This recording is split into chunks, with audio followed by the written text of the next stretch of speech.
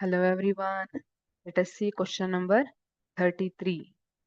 33ನೇ ಪ್ರಶ್ನೆಯನ್ನ ನೋಡೋಣ. ಇದು 2 ಅಂಕಗಳನ್ನ ಹೊಂದಿರುವಂತಹ ಪ್ರಶ್ನೆಯಾಗಿದೆ. ಬೆಳೆಯುತ್ತಿರುವ ಸಸ್ಯದ ಕಾಂಡವು ಬೆಳಕಿನ ಕಡೆಗೆ ಏಕೆ ಬಾಗುತ್ತದೆ ವಿವರಿಸಿ. ನೀವು ಯಾವುದೇ ಬೆಳೀತಾ ಇರುವಂತಹ ಸಸ್ಯದ ಕಾಂಡವನ್ನ ನೋಡಿದ್ರೆ ಅದು ಬೆಳಕಿನ ಕಡೆಗೆ ಬಾಗಿದಂತೆ ಅನಿಸ್ತದೆ. ನೀವು ಒಂದು ಕತ್ಲೆ ಕೋಣೆಯಲ್ಲಿ ಒಂದು ಕಿಟಕಿಯನ್ನ ಸ್ವಲ್ಪ ಅಲ್ಲಿ ಬೆಳಕು ಬರುವಂತೆ ಮಾಡಿ ಒಂದು ಕತ್ಲೆ ಕೋಣೆಯಲ್ಲಿ ಒಂದು ಸಸ್ಯವನ್ನ ಇಟ್ರೆ ಅದರ ಕಾಂಡ ಬೆಳಕಿನ ಕಡೆ ಬಾಗುವುದು, ಆ ಕಿಟಕಿಯ ಕಡೆ ಬಾಗುವುದನ್ನ ಸ್ಪಷ್ಟವಾಗಿ ಗಮನಿಸಬಹುದು. ಆದ್ರೆ ಯಾಕೆ ಹೀಗಾಗುತ್ತೆ ಅಂತ ಕೇಳಿದ್ದಾರೆ. ಬೆಳೆಯುತ್ತಿರುವ ಸಸ್ಯಗಳು ಬೆಳಕನ್ನು ಗ್ರಹಿಸಿದಾಗ ಅದರ ಕಾಂಡದ ತುದಿಯಲ್ಲಿ ಆಕ್ಸಿನ್ ಎಂಬ ಹಾರ್ಮೋನ್ ಸಂಶ್ಲೇಷಿಸಲ್ಪಟ್ಟು ಜೀವಕೋಶಗಳು ಉದ್ದವಾಗಿ ಬೆಳೆಯಲು ಸಹಾಯ ಮಾಡುತ್ತದೆ. ಈಗ ಬೆಳೆಯುತ್ತಿರುವಂತಹ ಸಸ್ಯಗಳು ಬೆಳಕನ್ನ ಗ್ರಹಿಸಿದಾಗ ಏನಾಗ್ತದೆ, ಆಕ್ಸಿನ್ ಎನ್ನುವಂತಹ ಒಂದು ಹಾರ್ಮೋನ್ ಸಂಶ್ಲೇಷಿಸಲ್ಪಡ್ತದೆ.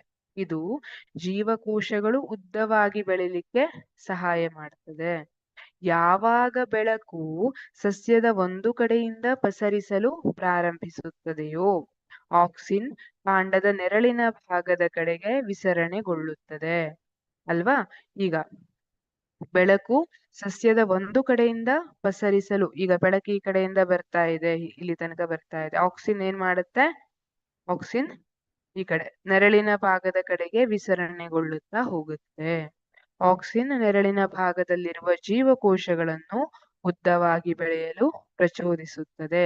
ಹೀಗೆ ಸಸ್ಯವು ಬೆಳಕಿನ ಕಡೆಗೆ ಬಾಗುತ್ತದೆ. ಇಲ್ಲಿ ಆಕ್ಸಿನ್ ಏನ್ ಮಾಡುತ್ತೆ, ನೆರಳಿನ ಕಡೆಗೆ ಹೋಗಿ ಅಲ್ಲಿ ಕೂಡ ಜೀವಕೋಶಗಳಿರ್ತಾವಲ್ಲ ಅವುಗಳನ್ನ ಉದ್ದವಾಗಿ ಬೆಳೆದು ಬೆಳಕಿನ ಕಡೆಗೆ ಬೆಳಿಲಿಕ್ಕೆ ನೆರವಾಗ್ತದೆ.